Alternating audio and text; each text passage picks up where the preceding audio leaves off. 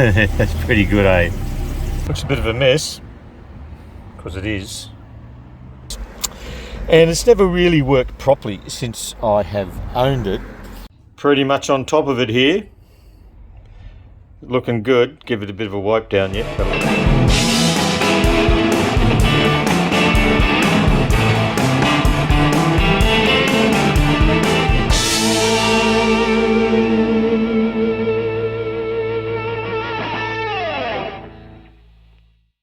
Hi guys, welcome to another episode of TJM, the Jagman. I'm Brett. Behind me is my XJ12 Series 3 that's been sitting in this garage for the last 3 months, not being used, because we need to do some work on it. Now, 3 or 4 months ago, I actually bought this timber work from UK, and it's all this new burl stuff that's been sitting here and it's gathered a lot of dust. We're going to try to start to install it today because it's probably one of the last things I have to do on this car. And it's when we get in there, the Delanair MK3 air conditioning system, I think we have a few little issues behind the dash that I'll be able to get to once I've got it all apart. So let's get it out of the garage first.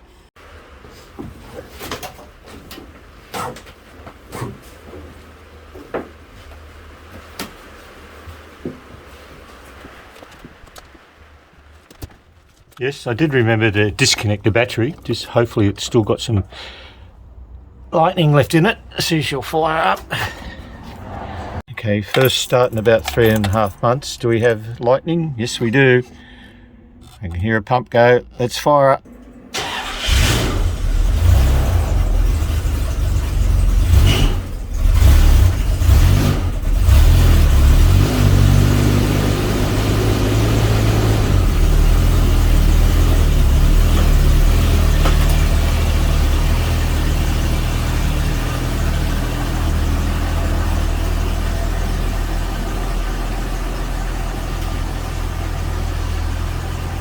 I already started the work a little bit a while back and taken that out. That one can be recovered somehow. I'm not going to get rid of it, that's for sure. And it'll give me an opportunity to clean out in there. As you can see, the timber's pretty tight on this thing. It's never been changed.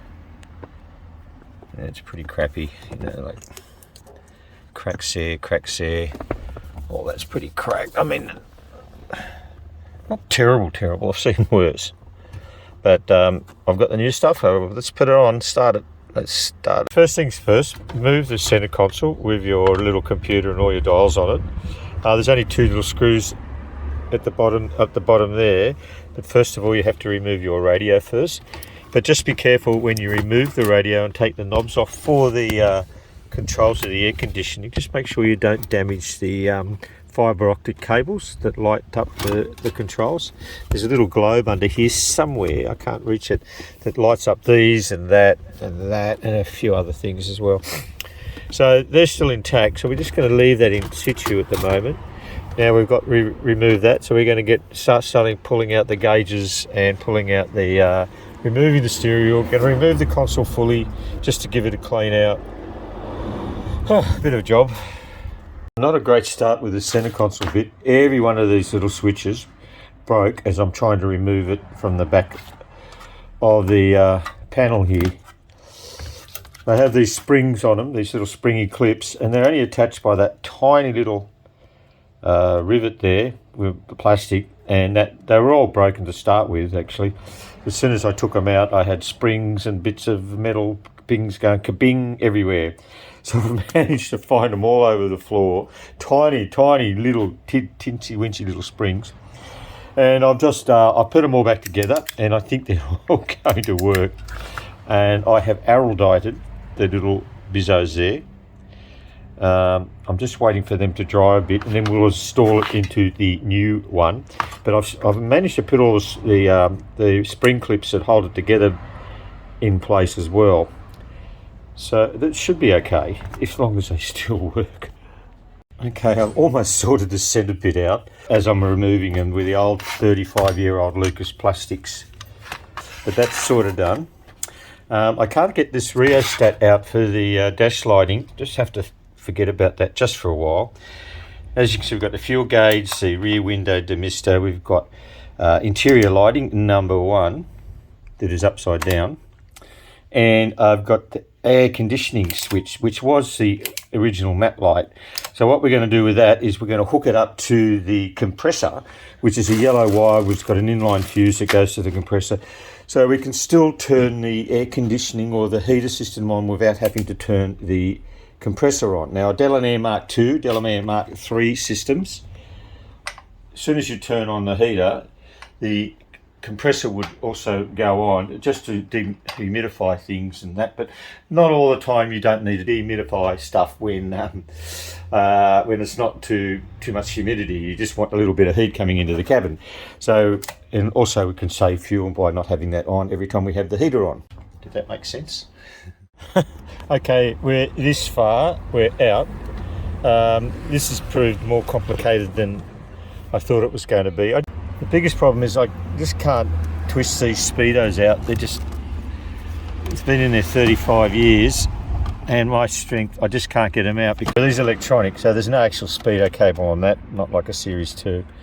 I still can't get these gauges out. They're just solid there, so I've got to try and work from behind. To make things more complicated, I don't know if you can see that where my finger is, but that's the main harness going to the speedo and a few other things. It's already had a repair.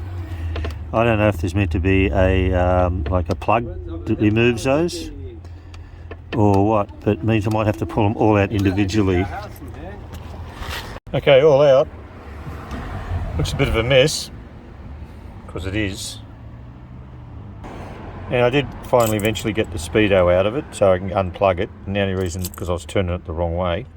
And it has had a repair on it down 2004, interesting enough, and some electrician has been behind here with new tape and things, which I don't want to get involved with too much. In my view, there should be a plug on that, and there's not one, but I might be wrong. So we're just going to check out a few things here. It's going to be a bit more complicated, but all good. While I'm at it, I'm going to replace all the globes with some LED globes, give it a bit more lighting at night. I think I've got most of the ones that'll fit, but I can probably get more. Hey little spider, are you going to bring me some money? Little money spider? You're a pretty little thing. Where'd you go? Oh, it's on my camera. Okay, next step, remove all instruments. This has certainly been off before because there was different screw sizes in different positions, and it didn't have a half-inch nut on that side. And there was a couple of these little clips missing. Yeah, I guess it is an old car, so, but it has been off before. Out with the old. Nothing left there except for those vents. Get them off. Put that down there for a bit. This timberwork came from Myrtle Industries in the UK, and I was led to believe that they've just restored an old fascia off another Series 3, but I think it's a new piece of material being pre-cut because there's no screw holes anywhere in the new one. Absolutely none at all. It's a different style timber, and if there was some sort of if it was part of an older car, it would have had some sort of inscription on it like that unless they've sanded it back, but I doubt it. I don't know, I really don't know, but hopefully it's going to be right. It's the same thickness, so we'll just start putting it back together. I think it has been pre-cut. It's a new one because the holes don't actually line up completely everywhere, which is going to be a bit of a worry, putting all the instruments back in it again. We'll have a look. So much lacquer left around the holes. The gauges don't fit. Only 1 out of 3 actually fits. So I have to sand all those back. It's a bit of a pain in the neck, but we'll do that. Pretty much on top of it here. Looking good. Give it a bit of a wipe down yet. Got a lot of fingerprints all over it. This little dimmer potentiometer was the hardest thing to get out. It was in so tight in the old one. Whoops. But a little bit of force and a little bit of ingenuity. We've got it out, and hopefully it's still working. So yeah, hard task is to get it back in. Well, while I'm in the middle of upgrading all that timber work and improving the lighting on the dash, We've also got another problem with the air conditioning, the Delanair MK3 system, which the 88 Jaguar V12 has. And it's never really worked properly since I have owned it. In fact, really nothing has worked on it at all. The only thing that really works is the fans. Thank God they're working, and they're working nice and powerful. But none of the vacuums, none of the flaps, none of the servo motors, everything was sort of pretty much dead. So you can really understand sometimes why mechanics or electricians say, oh, I don't want to work on these things. It's a 37-year-old car, so I'm guessing you expect things to go wrong with it. So I've been trying to diagnose the problems and reading Google and looking up forums and that. And we're getting there with it. We'll go through it just briefly. I don't want to bore you too much of what we have done so far. First of all, I had to check to see whether I had vacuum coming from the engine, the most important thing. So you start here. This is the line that leads into the firewall. It has a little non-return valve. That's important. If you don't have that non-return valve working, it'll work. The vacuum will work on idle, but as soon as you take off again, you're going to lose all your vacuum, and it's going to lose all your controls inside the heater unit. There's also your heater valve down there, and the vacuum from that heater valve comes back out from the firewall, which I'll show you. The entrance to the vacuum line is down just under the battery there. I've got a hot engine, and there's two lines in. One line in, the big one, and the little one line out, which I just explained goes to that heater valve. Our two lines in. This big one is the vacuum in, and that has vacuum on it when you start the engine up, which is good. And here is the vacuum out that's going to the heater tap. And these color-coded wires here, obviously that is the heater one that we just said. Now that's a vacuum line as well. And there's the blue, green and the black. I think green is your demist flaps. Black is your center flap, the big one there. And I think blue's recirculating, I think, from memory. And they also run, the vacuum runs from this little vacuum solenoid here. I'm not going to bore you too much with this. And this is where I think my problem lies, because I have no vacuum to these lines, yet I have vacuum coming in here. So on this side, we have a few little important things. This thing down here that they call the grand piano, that's actually your ECU for all your climate control requirements. And there's two little servo motors there. They just run internal flaps to open up the heater control valve and the recirculating. So when you turn the heater on, you can hear them whizzing. So I've checked them and they're working. We have power from the grand piano, or the ECU, the climate ECU. So we're all good there. This flap doesn't open. This flap's entirely, I understand, by vacuum.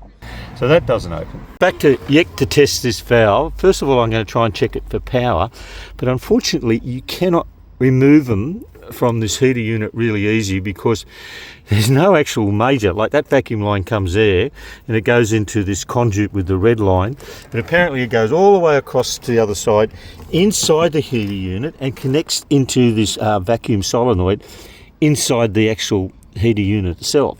So you physically can't get them out, that I know of, unless someone else can tell me. There's not a lot of information on these. I tell you, I've been looking and looking and looking. So we still haven't fixed the problem, but we sort of know what the problem is. Just rehashing again, we have the engine going, so I have vacuum there, good vacuum coming from the vacuum manifold. Now I should have vacuum on all these smaller lines just to adjust it. Like that's the heater one, and there's no vacuum area whatsoever. And without vacuum there, it's not going to close the heater tap. So it's going to be biased to be open all the time, and it's going to be too hot in the cabin, which is an issue. And none of these are opening. Like this one here should be opening now with the vacuum coming through the black line, but there's no vacuum on that black line, so nothing's opening. Oh, and that's obviously with the fans on, which I wasn't showing you. But I've still got no vacuum on any of that. Not so much the heater one, that'll always be off unless we adjust the temperature. Now if I can adjust the temperature, I do hear the two servo motors doing their job. You can't hear them there, but they are working. So we know that is working, and I know I have fresh air coming through there. Probably not as strong as it's supposed to be, because I don't know how the flaps are working, whether they should be closing off up top there or not. It's pretty confusing. Okay, I'm starting to get excited. Getting the fascia on already. Only the hardest bit was probably getting the rubber lines to line up and cover these air vents. I think I've got them all right. They're all in. I don't think they really need tape. So we'll start bolting it in and start connect. Oh, so some of these wires were hard to connect with my big hands to get under there. I'm hoping they're all connected correctly. I had to take the speedo out again, that's no dramas. But getting there. All gauges working. Fuel gauge won't work because it's not connected down there.